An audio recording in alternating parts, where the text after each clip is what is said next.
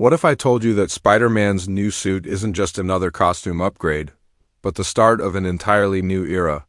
A suit that doesn't just change how Peter Parker looks, but changes everything about who he is. Every Spider-Man fan knows that the costume is more than just fabric. It's more than just spandex, webbing, and flashy colors. The suit has always been a mirror of Peter Parker's journey, where he's been, what he's lost, and who he is becoming. And for Tom Holland's Spider-Man, no other detail captures his transformation better than the suits he has worn up until this point. Think back to when we first met Holland's Peter in Captain America, Civil War. He wasn't the flashy, high-tech hero we see later. He was just a kid in a homemade costume, sneaking around Queens and trying his best to prove himself. That suit said everything about him: scrappy, young, and still learning. It wasn't perfect, but it was real. It showed us that Peter Parker was a teenager juggling homework and heroics, but then came Tony Stark. Suddenly, Peter was gifted the upgraded Stark suit, the sleek red and blue with built-in tech, voice commands, and more gadgets than Spider-Man had ever dreamed of. At first, it was everything Peter wanted. He had web wings, an AI companion, and the ability to stand shoulder to shoulder with the Avengers. But at the same time, that suit came with a cost. It tied Peter's identity to Tony Stark. It made him look less like New York's friendly neighborhood Spider-Man and more like Iron Man's sidekick. And then, of course, we saw the Iron Spider suit. Flashy gold accents, mechanical spider legs, and all the power Peter could ever ask for. But notice how the more advanced the suits got, the more Peter seemed to lose touch with his roots. The boy from Queens was buried beneath layers of tech and armor, almost as if he was being overshadowed by the legacy of Tony Stark. The more powerful the suits became, the more Peter's independence was questioned. Was he really Spider-Man? Or just a kid borrowing Iron Man's toys? By the time we reached Spider-Man, No Way Home, that conflict had reached its breaking point. The integrated suit crafted from magic, Stark tech, and Peter's own tweaks was a literal patchwork of everything Peter had been through. It was a symbol of chaos, loss, and desperation, but it also foreshadowed what had to happen next. Because in the end, after all the battles, all the mistakes, and all the heartbreak, Peter Parker found himself completely alone. Nobody remembered him. No Avengers, no friends, not even MJ, and just like that, Tom Holland's Spider-Man was forced back to basics, and this is where the new suit enters the picture. Not as a gift, not as a creation of Stark Industries, but as something entirely his own. That's what makes this moment so important. This isn't just a new design, it's a reset, a rebirth. The first step into what Marvel Comics fans know as a brand new day. Asterisk, the very first thing you notice about Tom Holland's new Spider-Man suit is that it looks familiar, but not in the way the Stark tech or the Iron Spider suit did. This one doesn't scream billionaire tech lab. It doesn't carry the weight of another hero's shadow. Instead, it looks like it came from somewhere much smaller, much more personal. Peter's own hands. The colors immediately jump out at you. That rich, almost shimmering royal blue contrasted with a deeper, truer red than we've seen before. For years, Holland's Spider-Man suits leaned heavily into the glossy, almost digital designs of Tony Stark's world. But this is bold, almost comic book vibrant. It feels pulled right out of the pages of Amazing Spider-Man. For the first time in this trilogy, his suit doesn't just remind us of technology. It reminds us of legacy. And then there are the details. Look closely, and you can see the web patterns are sharper, etched more cleanly, tighter across the fabric, almost as if Peter took extra care with every line. The spider emblem, too, is different. It's not the minimalist design of the Stark suit, and it's not oversized like the Iron Spider's golden insignia. Instead, it sits in the perfect middle ground, bold enough to stand out, but balanced, clean, and striking. It's a design choice that quietly tells you something. Peter is done hiding in the shadows of others. This is his Spider-Man, but what really makes this suit special is the texture. It doesn't gleam like polished metal. It doesn't hum with invisible energy. It looks like fabric, real fabric, almost like something hand-stitched late at night in a tiny apartment. And that, right there, is everything. Because when we see it, We know Peter Parker has no more billion-dollar workshops, no more holographic design tables, no Happy Hogan sneaking him extra tech. It's back to the roots, a needle, some thread, and a kid in Queens making do with. What he has, what's fascinating, is how much this echoes the comics, specifically the Brand New Day era. After Peter's life was torn apart, after his identity was exposed and then reset, he found himself with nothing but his wits, his skills, and his costume. He had to rebuild not just his life, but Spider-Man itself. And the design of Holland's new suit seems to deliberately call back to that moment. The bright blue, the reflective red. The simple, stripped-down authenticity. It's Marvel's way of saying, this is the rebirth. The slate is clean. Another detail worth noticing. How the suit moves. In the final swing of No Way Home, we see Spider-Man darting through the snow-covered streets of New York. The suit doesn't weigh him down. It doesn't look like armor. It clings, it flows, it stretches as he leaps off buildings. It feels alive, like the classic Spider-Man animations we grew up with. That movement alone separates it from the bulky, gadget-heavy designs we've seen in the MCU up until now. But maybe the most powerful part of this new suit is what it doesn't have. No AI voice in his ear. No instant kill mode. No mechanical arms bursting out of his back.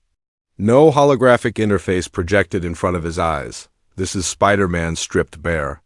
Just a mask, some webs, and Peter's own heart keeping him alive in a city that doesn't even know his name anymore. And somehow, that makes him more dangerous, more resilient, and more Spider-Man than ever before, because here's the truth. Spider-Man has always been about doing the impossible with nothing. While other heroes have endless resources, Peter Parker has rent due at the end of the month. While others have armies, Peter has a homemade suit and a few web cartridges he mixed in a cramped lab. And this new suit finally captures that essence. It reminds us that Spider-Man isn't defined by what's given to him. He's defined by what he builds for himself. So when we see Holland's Peter in this suit, swinging with fresh energy, it feels like the perfect full circle moment. We're not just seeing Spider-Man upgraded, we're seeing Spider-Man reborn. This isn't Iron Man's protege. This isn't Doctor Strange's sidekick.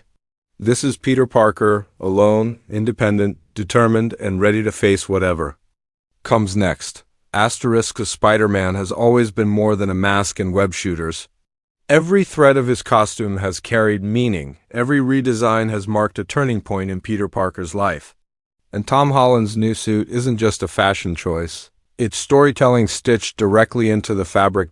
Think about where Peter is when he puts this suit on. He's lost everything. His mentor is gone. His friends no longer know him. The world has forgotten his very existence. He is, for the first time, completely and utterly alone. And instead of this being a weakness, the suit tells us it's his rebirth. The stripped-down design is symbolic of Peter Parker rediscovering who Spider-Man is without anyone else's influence. No Stark Labs. No Avenger tech. No magical backups. The brighter reds and bolder blues don't just signal a visual refresh. They're a metaphor for clarity. For a new identity forged in isolation. It's as if Peter is saying, if the world has erased me, then I'll write myself back into it on my own terms. In the comics, the Brand New Day storyline came after Peter struck a desperate deal that erased his marriage, his public identity, and a huge chunk of his history. It was controversial, yes, but it reset Spider-Man to his roots, a broke, struggling kid from Queens who just wanted to do the right thing, no matter the cost. Holland's new suit channels that exact energy.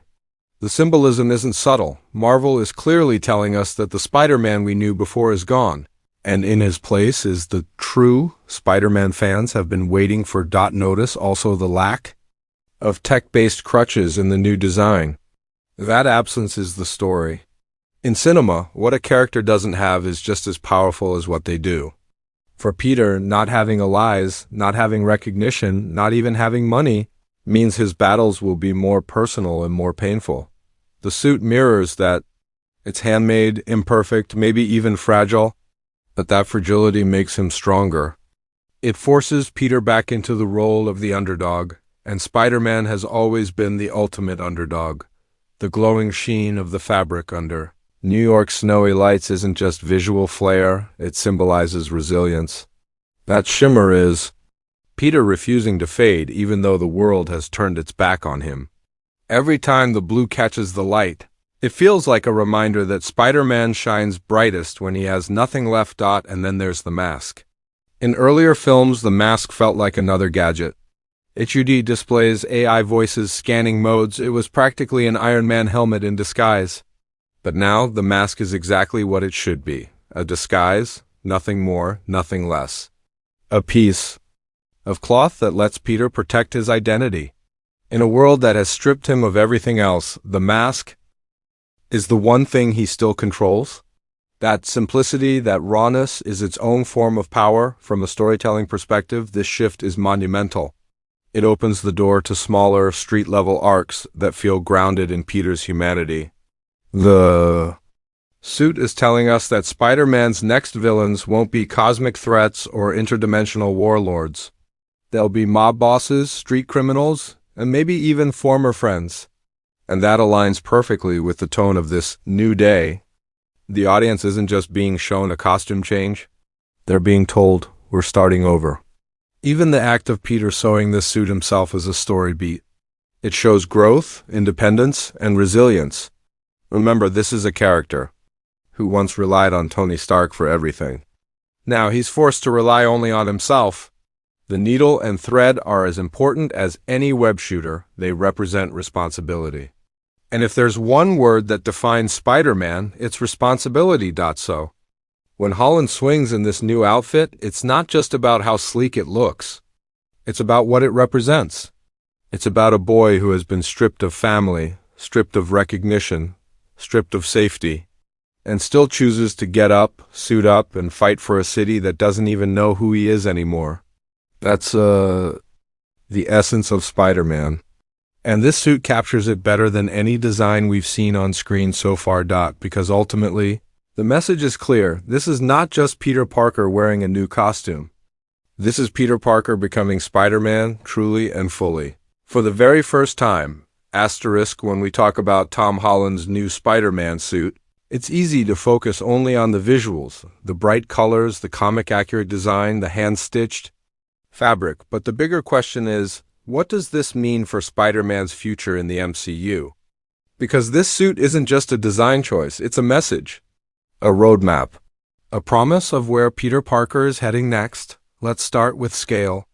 Up until now, Holland's Spider-Man has been tangled in some of the MCU's biggest storylines.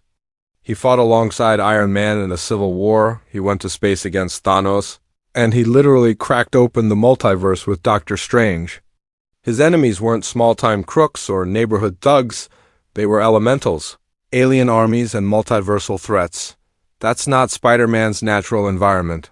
That's not the Spider-Man we fell in love with in the comics. This new suit signals a hard reset, a shift away from cosmic battles and Avengers-level events, and a move back into the alleys, rooftops, and shadows of New York City.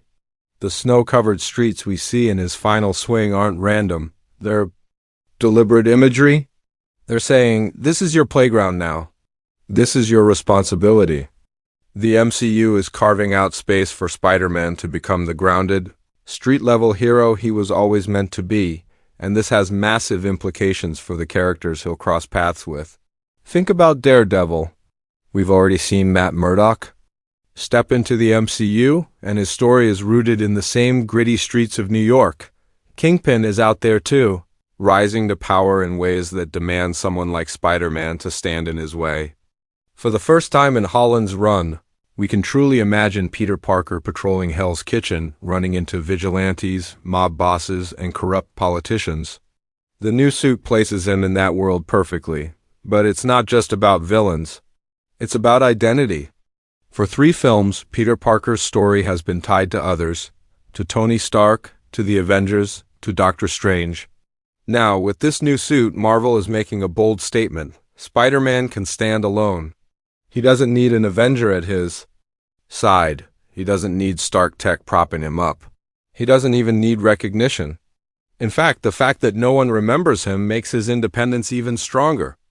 It means that every choice he makes, every battle he fights, every friend or enemy he gains moving forward, is entirely his own. This opens the door to stories with higher emotional stakes. Imagine Peter forming relationships again, slowly rebuilding trust without the safety net of his past connections.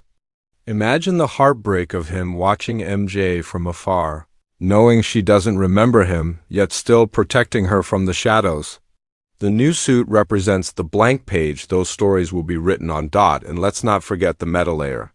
For years, fans have debated whether Holland's Spider-Man truly felt like Spider-Man.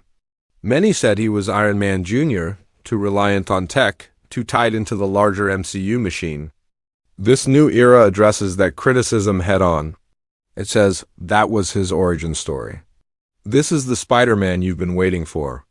The bigger picture is not just about the MCU evolving, it's about Marvel Studios acknowledging the fans and returning Spider-Man to his essence. In the comics, the Brand New Day era gave Spider-Man fresh challenges and smaller-scale adventures that tested his morality, his wit, and his resilience.